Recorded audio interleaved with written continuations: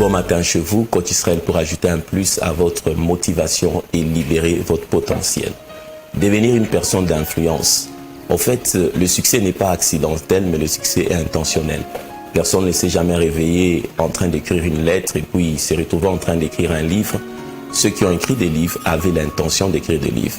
Et ceux qui ont développé de l'influence, on se sont dit, je dois le devenir. L'identité d'un homme n'a jamais été un hasard. L'identité d'un homme est un parcours soutenu avec des intentions et un objectif. Que faire? Pour cette première journée, ajoutons ceci. Si vous voulez devenir une personne d'influence, il faudrait comprendre les gens. Qu'est-ce qui fait assez que nous ne puissions pas comprendre les gens? Les deux grandes barrières qui sont un obstacle à la compréhension des individus, la première barrière, c'est la peur. Beaucoup de gens ont peur que leurs idées seront rejetées. Beaucoup de gens ont peur qu'ils ne seront pas acceptés. Beaucoup de gens ont peur de ceci, ont peur de cela. Et c'est la première barrière à toute compréhension. Le jeu de devinette ne permet jamais qu'on puisse comprendre quelqu'un. S'il vous arrive d'aimer quelqu'un, n'attendez pas qu'elle puisse deviner que vous l'aimez. Dites-lui que vous l'aimez. Parce que au cas où vous ne le dites pas, celui qui sentira qu'il peut lui dire, trouvera de la place dans son cœur. Les jeux de devinette, ça ne marche pas. La peur, comment elle va réagir, comment elle va dire ceci. La peur est la première des choses qui est une barrière à la compréhension. La deuxième des choses qui est mortelle et un poison, c'est l'égocentrisme. Et dans l'égocentrisme, si quelqu'un est égocentrique, il développe un langage. Il y a ce que nous appelons le langage de la compréhension, qui comprend au moins 6 mots les plus importants. Mais allons-y d'abord peut-être 2 avec 3 ou 4 ou 5. Le mot le moins important dans le langage de la compréhension, c'est « je ».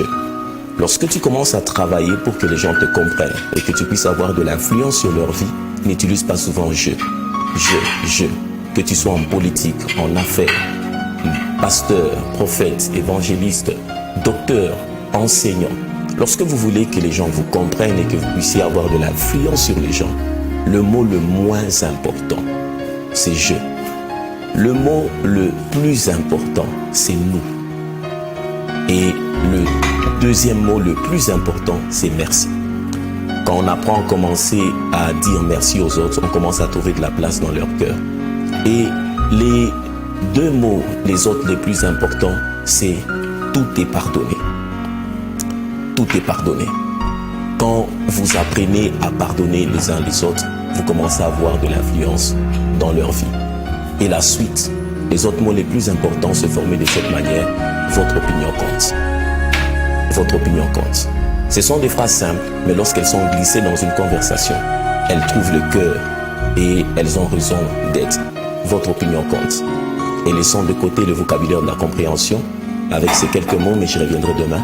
Mais maintenant, il y a 4 questions qu'il faut se poser en atterrissage lorsque vous voulez réellement comprendre des gens pour avoir de l'influence.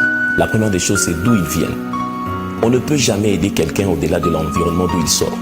Parce que l'environnement d'où la personne sort l'a façonné, l'a donné une identité. Il a affronté des crises, il a affronté des pleurs. Par moment, lorsque les gens se mettent en couple, il ne faudrait pas que tu sois l'épée que la personne a fui dans son environnement. Il faudrait que tu sois peut-être le pilier ou le bouclier que la personne cherche à rencontrer. Et on ne peut pas comprendre, influencer quelqu'un. En politique, lorsque vous voulez prendre la parole devant un peuple, il faudrait comprendre d'où ils viennent. La deuxième des choses, c'est où ils vont. C'est-à-dire, qu'est-ce qu'ils poursuivent dans la vie? Quelle est leur vision? Le combat des générations se tournera toujours au niveau de 2 choses, les valeurs et les besoins.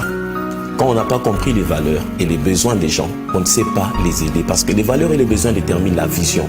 Où allez-vous? D'où ils viennent? Et la troisième question importante, c'est comment puis-je vous aider?